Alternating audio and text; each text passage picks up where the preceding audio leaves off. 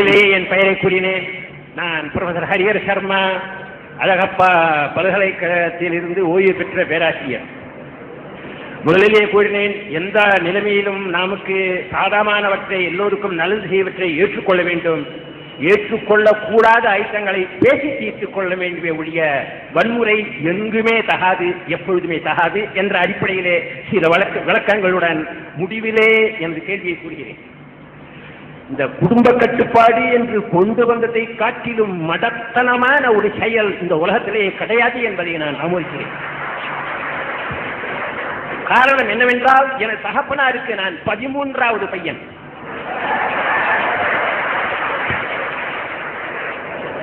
எனக்கு இப்பொழுது 73 வயது. இந்த ஊரிலே கடந்த 45 ஆண்டுகளாக இருக்கிறேன். பலருக்கு தெரியும், கண்ட இடங்களிலே என்னை பார்க்க முடியாது. தேவையான இடத்தில் பார்க்கலாம், மற்ற இடத்தில் பார்க்க முடியாது. ஏனென்றால் எனக்கு ஒரு நாளைக்கு 48 மணி நேரம் போராது, இருப்பதோ 24 மணி நேரங்கள். 64 கலைகளும் தெரியும். ஒரு கலை நீங்களாக நான் பிரசவிக்க இயலாத. இந்த சந்தர்ப்பத்திலே விஞ்ஞான ரீதியிலே ஒரு உண்மையை நாம் எல்லோரும் அறிய வேண்டும். எந்த பொருளுக்கும் அழிவு என்பதே கிடையாது. பார்க்கக்கூடியதோ பார்க்க முடியாததோ எந்த பொருளாக இருந்தாலும் அதற்கு அழிவு என்பதே கிடையாது. கீதையிலே பகவான் கிருஷ்ணன் கூறினார், வாசாம்சி ஜீர்ணானி யதாவிகாய நவானி கிருண்ணாதி நரோபராணி. எவ்வாறு நாம் நமக்கு ஒரு கிழிந்து போன சட்டைக்கு பதிலாக வேறொரு சட்டை வேண்டும் என்று நினைக்கிறோமோ, இதை தூக்கி எறிந்துவிட்டு கடைக்கு செல்வது அல்ல. கடைக்கு போய் துணியை வாங்கி சட்டை தைத்துக் கொண்டு பிறகுதான் இந்த சட்டையை நாம் வெளியே எறிகிறோம். அதே போன்று இந்த உடலானது வாழ்வதற்கு, அல்லது எந்த உடலாக இருந்தாலும், பூச்சியின் உடம்பாக இருந்தாலும் சரி, தாவரத்தின் உடல் இருந்தாலும் சரி, மனித ரூபத்தில் இருந்தாலும் சரி, ஒரு உயிரானது தான் மேலும் வாழ்வதற்கு தகுதியற்றது என்று எப்போது தீர்மானிக்கின்றதோ, தனக்கு என ஒரு இடத்தை தேர்ந்து கொண்டுதான் அது இந்த உடலை விடுகின்றது. மறுபிறவி என்ற தன்மையானது எங்கோ சென்று விட்டு இங்கே மறுபடியும் பிறக்கிறான் என்பதற்கு இடமே இல்லை. நீர் ஆவியாக மாறும், ஆவி மேகமாக போகும், அந்த மேக கூட்டங்களானது மழையாக பெய்யும். சமுத்திரத்தில் உள்ள ஜலமானது ஆவியாக சென்று மழையை பெய்யும். இடம் மாறுபடும், ஆனால் அளவு மாறுபடாது. எந்த பொருளுக்கும் விஞ்ஞான ரீதியிலே மாற்றம்தான் உண்டு, அழிவு என்பது கிடையவே கிடையாது. அந்த ரீதியிலே மனிதர்கள் மாத்திரம் எவ்வாறு கூட பிறக்கிறார்கள் என்ற கேள்விக்கு ஓர் பக்கத்திலே அழிவு வேலை நடந்து கொண்டிருக்கிற காரணத்தால் அந்த இனங்கள் மனித பூச்சிகளாக பிறக்கின்றன. கெட்ட தன்மையும் மிகுதியாகவே வருகின்றது. காற்று இனங்கள் அழிக்கப்படுகின்றன, தாவரங்கள் அழிக்கப்படுகின்றன, பல வகையிலே மற்ற இனங்கள் அழிக்கப்படும் பொழுது மனித இனம் அழிக்கப்படாத காரணத்தால் மனித இனத்தின் எண்ணிக்கையானது கூடிக்கொண்டே வருகின்றதை ஒழிய உயிர், எல்லா உயிர்க்கும் பிறவி உண்டு. அது பூச்சியாக இருக்கலாம், தாவரமாக இருக்கலாம், மனிதனாக இருக்கலாம். ஆதலால் தான் அவனுக்கு ஆண்டவனின் பெயரை சொல்லி நமக்கு மேற்பட்ட ஒரு சக்தி என்று இருப்பதை நாம் உணர்ந்தால்தான் நாம் பயப்படுவோம். அது இல்லாவிட்டால் அவன் தோல் தட்டி கொண்டு கொக்கரிப்பானே ஒழிய அவன் பழிந்து செல்ல மாட்டான். அந்த காரணத்தால் தான் இந்த நிலையானது ஏற்பட்டு இருக்கின்றது. மேற்கொண்டு தாங்கள் தொடக்க உரையிலே கூறினீர்கள், ஆண்டவனுக்கு மனித தன்மையே கிடையாது. எல்லாத்துக்கும் அப்பாற்பட்ட உயர்ந்த மனிதர். அவர் பேசவும் முடியாது, கட்டளையிட முடியாது, பார்க்கவும் முடியாது, எதுவுமே செய்ய முடியாது என்ற தன்மையை ஒத்துக்கொள்ளத்தான் வேண்டும். ஏனென்றால் அவருக்கு அவர் சரீரத்தை கொடுப்பதற்கு சாஸ்திரனார் கிடையாது. அவர் பின்னுடன் பிறந்தவர்களும் இல்லை. இப்பேற்பட்ட சூழ்நிலையிலே அவர் பிறந்திருக்கிறார். இந்த சூழ்நிலையிலே நம் நாட்டிலே வளர்ந்து வந்த இஸ்லாம் மதமோ அல்லது கிறிஸ்துவ மதமோ பைபிளை படித்தோ குரானை படித்தோ மனமாற்றத்தை ஏற்படுத்தி கொண்டு வளர்ந்த மதம் அல்ல. இதை யாருமே அவ்வாறு இங்கு வந்தது என்று கூறவே முடியாது. ஒன்று பயமுறுத்தி வந்தது, குரான் படித்தால் படி, இல்லா என் வாளுக்கு இறையாவாய் என்று பயமுறுத்தி தான் வந்ததே ஒழிய குரானை படித்து தத்துவத்தை அறிந்து அதை பின்பற்றியவர்கள் என்று ஒரு ஆள் கூட சாட்சிக்கு இடம் காட்ட முடியாது. அதே போன்றே பைபிளும், பைபிள் என்ற சந்தர்ப்பத்தில் அவர்கள் ஃபேவரிசம், சலுகை காட்டி பெருக்கினார்கள். இவர்கள் பயமுறுத்தி காட்டி பெருக்கினார்கள். பயமுறுத்திய காலத்தில் உயிரை விட்டவர்கள் நெருப்பிலே பூந்தார்கள். முடியாதவர்கள் அவர்களுக்கு இஷ்டப்பட்டு சென்றார்கள். அப்படி சென்றவர்கள் இன்னார் என தெரியக்கூடாது என்ற காரணத்திற்காகத்தான், எங்கிருந்து நாம் அவளை அபகரித்தோம் என்று தெரியக்கூடாது என்ற காரணத்திற்காகத்தான் பர்தாவே வந்தது. ஏனென்றால் அவள் தெரியக்கூடாதே, தெரிந்தால் வெற்றி இடத்திலிருந்து நாம் அபகரித்துக் கொண்டு வந்தோமே, அது ஒரு காரணம். இரண்டாவது, பெண்ணின் அழகானது வெளியிலே தெரிய வேண்டிய அவசியம் இல்லை. பாரியா ரூபவதி சத்ரு, மிகவும் அலங்காரமாக அழகாக இருக்கும் உன் மனைவியானவள் உனக்கே விரோதி என கூறப்பட்டுள்ளது. இந்த இரண்டு காரணங்களுக்காகத்தான் அது வந்தது. இந்த சூழ்நிலையிலே ஆண்டவனால் கொடுக்கப்படாத, ஏனென்றால் நபிகள் நாயகம் ஆண்டவன் இல்லை, ஆண்டவன் கட்டளை ஆண்டவன் கட்டளை என கூறுகிறோமே, அப்பொழுது இந்த கட்டளைகளை ஆண்டவனா கொடுத்தான்? கொடுக்கவில்லை, மனிதன் தானே கொடுத்தான். அதனால் ஆண்டவன் கட்டளை என்று எவ்வாறு நாம் ஒத்துக்கொள்வது? மனிதனே அடிப்படையில் நாம் கூறியுள்ளோம். யூனிட்டி இன் டைவர்சிட்டி, வேற்றுமையிலே ஒற்றுமை காண வேண்டும், எல்லோரும் நலமாக இருக்க வேண்டும். இந்த சூழ்நிலையிலே பயமுறுத்தித்தான் இஸ்லாம் வளர்ந்திருக்கிறது என்று நான் நினைக்கிறேன். அதே போல சலுகைகளை காட்டித்தான் அதாவது கிறிஸ்தவ மதமானது பரவிற்று என்றும் நான் நினைக்கிறேன். இல்லாவிட்டால் அன்னை தெரசாவுக்கு இந்தியாவை விட்டு வேறு உலகமே கிடைக்கவில்லையா? ஆனால் தெரசா ஏன் இங்கு வந்தால் இந்துக்கள் அசடு. ஏனென்றால் அவர்கள் எதையும் ஒற்றுக்கொள்வார்கள், ஒன்று பயப்படுவார்கள், இல்லாவிட்டால் காசுக்கு ஆசைப்படுவார்கள் என்ற ரீதியிலே இங்கு மதமானது மாற்றப்பட்டது. ஆனால் அதே சமயத்தில் ஒரு தேசத்திற்கு போய் மற்றவர்களை பலவந்தத்திலோ அல்லது ஆசை காட்டியோ வேற பயமுறுத்தியோ மற்ற ஒரு கிறிஸ்தவரையோ முஸ்லிமையோ இந்துவாக மாற்றினான் என்று சரித்திரமே கூற முடியாது. ஆனால் மாற்றப்பட்டவர்கள் மறுபடியும் தாய் மதத்திற்கு வரலாம் என கூறினார்களே ஒழிய தனிப்பட்ட முறையில் யாரையும் மாற்றவில்லை. இதற்கு தங்கள் பதிலை அன்புடன் எதிர்பார்க்கிறேன். ஒரு நீண்ட உரையை நிகழ்த்திட்டாங்க. அதுல ஒட்டி கேட்குறீங்களா? ஏன் ஒரே சொல்லி இல்ல இல்ல இல்ல இல்ல அவர் சொன்ன ஒரே ஒரு கருத்துக்கு பதில் சொல்லணும்.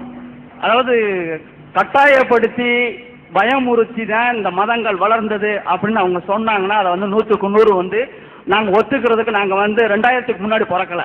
என்ன, எங்களுக்கு சிந்திக்கிற தன்மைகள் ஒவ்வொரு மனிதனுக்கும் கடவுளால் கொடுக்கப்பட்டிருக்கு. அதை முதல்ல நீங்க உணர்ந்துக்கிறணும். அடுத்தவர்களுக்கும் நம்மளை போன்ற ஆறறிவு கடவுளால் கொடுக்கப்பட்டது. அவர்கள் உடம்பில் ஓடுவதும் சிவப்பு ரத்தம் தான். குரூப் வேணா வேற இருக்கலாம், ஆனா ரத்தம் ஒண்ணுதான். எல்லாருடைய தாயாரும் 10 மாசம் தான் பெற்றிருக்காங்க. 12 மாசம் பெற்றதாக சரித்திரம் இல்ல, 10 மாசம் தான் அதிகமா பெற்றதாக. இந்த நாட்டில் நடந்த பல சமூகத்தினுடைய அடிமைத்தனம், பொருளாதார ஏற்றத்தாழ்வுகள், வழிபாடுகளில் கொடுக்கப்பட்ட மனிதனை மனிதனாக நேசிக்கின்ற தன்மை அறவே இல்லாத காரணத்தினால் கொடுக்கப்பட்ட கொடுமைகள் ஜாதியால் மதத்தால் பொருளாதார ஏற்றத்தாழ்வு கொடுக்கப்பட்டதுனால அவங்க ஏதோ ஒரு இடத்தை பற்றிக்கிறணும், சமத்துவம் எங்க கிடைக்குதோ, பொருளாதார பயன்கள் எங்கே கிடைக்குதோ, மறுக்கப்பட்ட உரிமைகளுக்காகவும் மறுக்கப்பட்ட பொருளாதார ஏற்றத்தாழ்வுகளுக்காண்டுதான் இந்த 2 மதங்களையும் இந்தியர்கள் ஃபாலோ பண்ண முடிஞ்சிச்சு. தவிர நீங்க சொல்ற மாதிரி கட்டாயப்படுத்தலாம் பண்றதாக நீங்க நினைச்சீங்கன்னா அது உங்களுடைய அறிவீனம் அப்படிங்கறத நான் தாழ்மையோடு தெரிவித்துக் கொள்கிறேன். எனது பெயர் பிரேம்குமார், தமிழ் சுவிசேஷன் லுத்தரன் திருச்சபை, திருப்பத்தூரிலிருந்து பேசுகிறேன். அதாவது காட்டா என்னன்னா, இப்ப ஐயாவுடைய ப்ரொஃபசர் ஐயாவுடைய வாதம் என்னன்னா, வாளால் தான் இது பரப்பப்பட்டுச்சுங்கிறது ஒரு வாதம். இஸ்லாத்தை பொறுத்த வரைக்கும் நான் அதுக்கு ஆரம்பத்தில் சொல்லிட்டேன், யாரு வாளால பரப்புவாங்கன்னு கேட்டா அந்த மதத்தில் ஈடுபாடு உள்ளவர்கள் தான் பரப்புவார்கள். முதல் விளங்கிக்கணும். ஒரு மதத்தை தான் கடைப்பிடிக்காத ஒருத்தன் ஒரு இந்து மதத்தை கடைப்பிடிக்கவே இல்லை, அவன் போய் இந்து மதத்தை பரப்ப மாட்டான். ஒரு கிறிஸ்தவ மதத்தை வாழ்க்கை நிறைய ஏற்றுக்கிறாதவன் அவன் போய் அடுத்த ஆளுக்கு சொல்ல மாட்டான். நீங்கள் எந்த மன்னர்கள் வாளால் பரப்புனாங்கன்னு சொன்னீங்களோ அவர்கள் முஸ்லீம்களாக வாழவில்லைன்னு நாங்க சொல்றோம். தாஜ்மஹாலை கட்டுறான், ஒரு சமாதிக்கு போய் இப்படி கோடி கோடியா செலவு பண்றவன் அவன் முஸ்லீமா வாழல. அந்த புறத்துல பெண்களை வச்சிருந்தான், அவன் முஸ்லீமா வாழல, அவன் போய் இஸ்லாத்தை போய் பரப்புனாங்கிறதுக்கு அவ்வளவு பெரிய கிரேட் நீங்க கொடுக்க முடியாது. அவனுக்கு அதெல்லாம் அக்கறை கிடையாது. இது முதல் சாதாரண ஒரு விஷயத்தை நீங்க புரிஞ்சுக்கிறணும். அது போக வாளால் பரப்புதல் என்பது நீங்க கடந்த காலத்துல உள்ள வரலாறு சொல்லி நீங்க சொல்றீங்க நடந்ததாக, அதுக்கு எந்த ஒரு ப்ரூஃபும் எவிடன்ஸும் கிடையாது. அதே நேரத்தில் கண்ணுக்கு முன்னாடி நீங்க பாருங்களேன், கண்ணுக்கு முன்னாடி இப்ப ராமநாதபுரத்துல கூரியூர், குராயூர், காண்டை இந்த ஊர்கள்லாம் மொத்தமாக இஸ்லாத்துக்கு வந்தாங்க. அவர்களை வாளால் மிரட்டுறதுக்கு இப்ப யாருக்கு ஆட்சி இருந்துச்சு? கலெக்டர் முஸ்லீமா இருந்தாரா, எஸ்பி வந்து முஸ்லீமா இருந்தாரா, அல்லது மாநில முதலமைச்சர் வந்து முஸ்லீமா இருந்தாரா, இந்தியாவுடைய பிரதமர் முஸ்லீமா, ராணுவம் போலீஸ் அவங்க கையில் இருந்துச்சா, அந்த பகுதியில் அவங்க மெஜாரிட்டியா இருந்தாங்களா? இல்ல, ஒண்ணுமே மைனாரிட்டி. தமிழகத்தில் நம்ம மைனாரிட்டி. அப்ப மக்கள் இன்னைக்கு வர்றாங்கன்னா எதனால வர்றாங்க? வாழால வர்றாங்க. கண்ணு முன்னாடி நம்ம நடக்கிறோம் பார்க்கிறோம். அதே மாதிரி அமெரிக்காவில், இங்கிலாந்துல எல்லாம் இஸ்லாத்தை நோக்கி மக்கள் வர்றாங்க. அந்த நாட்டிலையும் முஸ்லிம்கள் வந்து ஆட்சியிலே அதிகாரத்தில் இல்லை. இதுதான் யதார்த்தமான நிலைமை. ஒன்னே ஒன்று ஐயா சொன்னாங்க, அது உண்மை. குரானை படிச்சுட்டு வர்றாங்களா? குரானை படிச்சுட்டு வரல, அதான் ஒத்துக்குவேன். குரானை படிச்சுட்டு ஆராய்ச்சி பண்ணிட்டு யாரும் வரல. எதை பார்க்குறாங்க? சமத்துவம், சகோதரத்துவம், இந்த அந்நியமா பழகிறது, ஒன்னா ரெண்டு வழிபடுறது. அந்த காலத்து இன்னைக்கு முஸ்லீம்கிட்ட அந்த நேர்மை இல்லை. அந்த காலத்து முஸ்லீம்கிட்ட காணப்பட்ட நேர்மை, ஒழுக்கம், அந்த சுத்தமான பரிசுத்தமான வாழ்க்கை, இதையெல்லாம் பார்த்து ஈர்க்கப்பட்டு வந்தாங்களே தவிர கண்டிப்பா வாழால் தான் என்று இருக்குமேயானால் இன்றைக்கு வரக்கூடாது. இப்ப இன்றைக்கு கூட மதமாற்றம் செய்கிறார்கள், தடை சட்டம் வேணும்னு கேட்கிறாங்க. எப்படி ஏன் கேட்கிறாங்க? யாரு கையில் ஆட்சி இருக்குது, யாரு கையில் அதிகாரம் இருக்குது? மதம் மாற்ற தடை சட்டம் வேணும்னு கேட்டால மதம் மாற்றம் நடக்குதுன்னு அர்த்தம். எங்க நடக்குது? வாழை இல்லாம நடக்குது, அதிகாரம் இல்லாம நடக்குது. யாரு பண்றா? சிறுபான்மையை உள்ளவங்க பண்றாங்கிறாங்க. அப்ப மதம் மாற்றம் இன்னைக்கு நடக்கிறதுனாலதான் தடை சட்டம் வேணும்னு கேட்கறாங்க. அப்ப இது எப்படி நடக்குது? இன்னைக்கு ஏன் நடக்குது? நம்ம செஞ்சு பார்க்க வேணாமா? நீங்க அவங்களுக்கு அவ்வளவு பெரிய கிரேடை கொடுக்காதீங்க. அந்த காலத்து மன்னர்களுக்கு அவ்வளவு தூய்மையானவர்கள், அவ்வளவு பர்ஃபெக்டா ஒரு மதத்தை கடைபிடிச்சவங்க கிரேடு கொடுக்காதீங்க. அவர்களுக்கு அது நம்பிக்கை இல்லை. இதுதான் யதார்த்தமான ஒரு நிலைமை. உடனே அதை தொடர்ந்து ஐயா அவர்கள் கேட்டது என்னன்னு கேட்டா, இப்ப நபிகள் நாயகம் ஒரு வேதத்தை சொன்னாரு, அவரு தான் கடவுளுடைய வேதங்களுக்கு என்ன ப்ரூஃப் அதையும் கேட்டாங்க. அவங்களுடைய இதுல நபிகள், அவர் ஒரு மனிதர், அவர் கடவுள் ஒன்றும் கிடையாது. அவர் சொன்னது கடவுளுடைய வேதங்கிறதுக்கு என்ன ப்ரூஃப் அப்படின்னு கேட்டாங்க. அவர் மனிதர் என்பதை நானே ஆரம்பத்தில் சொல்லிட்டேன், அவர் கடவுள் இல்லைன்னு. ஆனா அவர் குர்ஆன் சொன்னாரு, அது வந்து இறைவனுடைய வேதம் தான் என்பதற்கு ப்ரூஃப் இருக்கு. குர்ஆன் என்பது கடவுளுடைய வேதம் என்பதற்கு நிறைய ப்ரூஃப்கள் இருக்கு. என்ன ப்ரூஃப்? அந்த வேதம் தான் ப்ரூஃப். எதை கடவுளுடைய வேதம் அவர் நபிகள் நாயகம் என்று சொன்னாரோ அது கடவுளால் எழுதப்பட்டு இருந்தால், கடவுளால் வழங்கப்பட்டு இருந்தால் என்ன தரத்தில் இருக்க வேண்டுமோ அந்த தரத்தில் இருக்கிறது. அதான் எங்கள்கிட்ட இருக்கிற ஒரே ஒரு ப்ரூஃப். அது என்ன தரம்னு கேட்குறீங்களா? இப்போ நம்ம 20ஆம் நூற்றாண்டில் வாழ்றோம். இந்த 64 கலைகளில் ஒரு கலையை விட்டுட்டு 63 கலையை ஐயா அவர்கள் கற்றிருக்கிறார்கள். அப்ப இப்படிப்பட்ட ஒரு காலகட்டத்தில் அவர்களுக்கு எல்லாமே தெரியும். அந்த காலத்துல எல்லாம் இந்த பூமி, நம்ம வாழ்ற பூமி இருக்குத, இது தட்டேன்னு தான் நினைச்சிட்டு இருந்தான். எல்லாருக்கும் தெரியும், தட்டேன்னு நினைச்சான். இந்த ஒருத்தன் உருண்டேன்னு சொன்னான் கலிலேயோங்கிறவன், அவனை போட்டுக்கிட்டு படுத்தின பாடு நமக்கு தெரியும், எல்லாருக்கும் தெரியும். அப்ப திருக்குறான் நீங்க புரட்டி பார்த்தீங்க என்று சொன்னா, கலிலேயோவுக்கு முந்தின நபிகள் நாயகம் அவர்கள் குர்ஆன் சொல்றாங்களே, அதுல பூமி உருண்டேன்னு இருக்குது, பூமி சுற்றுன்னு இருக்குது, எல்லா கோள்களுமே சுழன்று கொண்டிருக்கின்றன அப்படிங்கிற ஒரு உண்மை சொல்லப்படுது. அதே மாதிரி ஆகாயத்திலிருந்து விண்கற்கள் விழுந்துச்சு பாருங்க, அந்த கற்கள் எப்படி விழுகுதுங்கிற அதனுடைய உண்மைகள் இன்னைக்கு இருக்குது. மலைகள் எல்லாம் பூமியில் முளைகளாக நாட்டப்பட்டிருக்குன்னு சொல்லி இன்னைக்கு கண்டுபிடிச்சு சொல்றான அந்த அறிவியல் உண்மை இருக்குது. அதே மாதிரி சூரிய சந்திரனுடைய இயக்கங்கள் இருக்குது. கருவுடைய வளர்ச்சி எப்படி இருக்குதோ குர்ஆன்ல சொல்லப்படுதோ அப்படித்தான் இந்த 20ஆம் நூற்றாண்டு விஞ்ஞானமும் சொல்லுது. அப்ப எழுத படிக்க தெரியாத ஒருத்தர், ஒண்ணும் தெரியாத ஒருத்தர் சொன்னால் எப்படி இருக்குமோ அப்படி இருக்கல. எல்லாத்தையும் தெரிந்த ஒரு கடவுள் சொன்னால் எப்படி இருக்குமோ அந்த தரத்தில் குர்ஆன் இருக்கிறது. உங்கள்கிட்ட இப்ப சொல்றேன், எங்களுடைய வணக்க வழிபாடு இருக்குல்ல, தொழுகை, இந்த நோன்பு, இந்த மறுமை, இந்த மாதிரி விஷயங்களை தவிர்த்துட்டு குர்ஆன்ல உலகம் சம்பந்தமா என்ன சொல்லப்பட்டிருக்கோ அது 20ஆம் நூற்றாண்டுக்கு பொருந்தலன்னு ஒண்ணு எடுத்து காட்ட சொல்லுங்க பார்ப்போம். முடியாது. பூமியை பத்தி, சூரியனை பத்தி, சந்திரனை பத்தி, காற்றை பத்தி, மழையை பத்தி இதெல்லாம் குர்ஆன் பேசுது. எப்படி பேசுது தெரியுமா?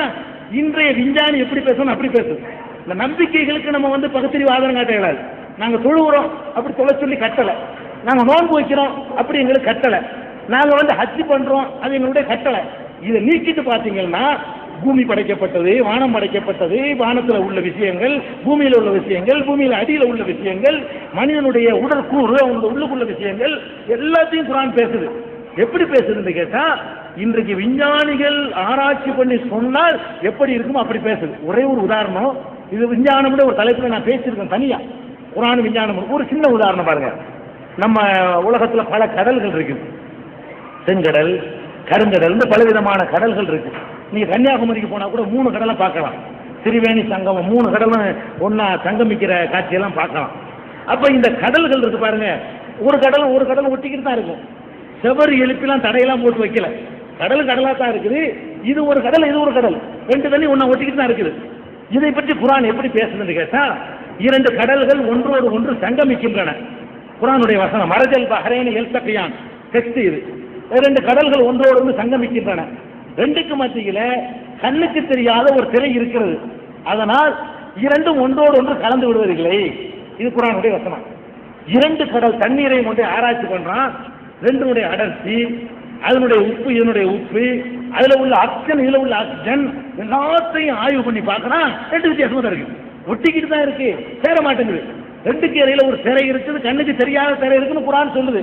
இது எப்படிங்க ஒரு முகமதுக்கு காட்டுமிராண்டி காலத்தில் உள்ளவர்கள் சொல்ல முடியும்? இன்றைக்கு 20ஆம் நூற்றாண்டில் ஆராய்ச்சி பண்ணி சொல்ல வேண்டிய ஒரு மெசேஜை அந்த காலத்தில் இப்படி சொல்ல முடியும்? இப்படி கடலை பத்தி பேசினாலும் இன்றைக்கு சொன்னால் எப்படி அப்படி இருக்குது. எதை பத்தி பேசினாலும் சரி, நான் சென்ற வாரம் கூட சென்ற நிகழ்ச்சி கூட சொன்னேன், நம்ம தேன் சாப்பிட்றோமே, இந்த தேன் எப்படி உண்டாகுது? வயிற்றுல தான் உண்டாகுது, நம்ம வாயிலிருந்து உண்டாகுது நினைச்சுக்கிட்டு இருக்கிறோம் எல்லாருமே. இப்ப கண்டுபிடிக்கிறான், தேனுடைய வாயிலிருந்து, தேனியுடைய வாயிலிருந்து தேன் வர்றது இல்ல, வயிற்றுல இருந்தா மிக்ஸ் ஆகி உள்ள போய் தயாராகி தான் வருது. அதை குர்ஆன் அப்படியே சொல்லு, தேன் சாப்பிடுறீங்களே, தேனியுடைய வயிற்றிலிருந்து உங்களுக்கு மதுரமான பானம் கிடைக்கிறது. இது எப்படி அன்னைக்கு சொல்ல முடியும்? அன்னைக்கு உள்ள ஒரு மனிதனுடைய வார்த்தையா இருந்தா இது எப்படி உங்களுக்கு தெரியும்? இன்னைக்கு நம்மளுக்கு நிறைய பேருக்கு தெரியாத, 20ஆம் நூற்றாண்டில் வாழக்கூடிய நமக்கே நிறைய பேருக்கு தெரியாத விஷயங்கள், விஞ்ஞானிக்கு மட்டும் தெரிஞ்ச விஷயங்கள் முகமதுக்கு தெரிஞ்சிருக்கு. இந்த குர்ஆனை எடுத்துக்கொண்டு தொழுகை, நோம்பு போன்ற விஷயங்களை தவிர்த்துட்டு, சொர்க்கம் நரகம் தவிர்த்துட்டு, இந்த உலகத்தை பற்றி குர்ஆன் என்ன சொல்லுன்னு பாத்தீங்கன்னா, ஒரு விஞ்ஞானி இன்னைக்கு என்ன சொல்லுவான் அப்படி சொல்லுது. ஒன்னே ஒண்ணு மாத்திரம் சொல்ல இயலாது, ஒன்னே ஒண்ணு எடுத்துக்கொண்டு இது இன்னைக்கு பொருந்தாது சொல்லவே முடியாது. அதனாலதான் நாங்க அவர் தன்னை கடவுள் தூதர்னாரு, இது கடவுள் வேதம் சொன்னாரு, அதுக்கு தகுதியா இருக்குது. அது மாதிரி இப்படி தெரிஞ்சுக்கிற விரும்புனீங்கன்னு சொன்னா உங்களுடைய ஆர்வத்தை பொறுத்து குர்ஆனும் விஞ்ஞானமும் என்ற தலைப்புல கடிதம் எழுதினால் உங்களுக்கு இலவசமா நம்ம கேசட் அனுப்புவோம். எல்லாருக்கும் தந்துடலாம், சும்மாச்சு வாங்கிடக்கூடாது இல்லையா? உங்க ஆர்வத்தை பொறுத்து அனுப்புறதுக்காக வேண்டி அதை அனுப்புனீங்கன்னா எப்படி எல்லாம் திருக்குர்ஆன்ல விஞ்ஞானம் இருக்குங்கிறத நாங்கள் அனுப்பி வைக்கிறோம்.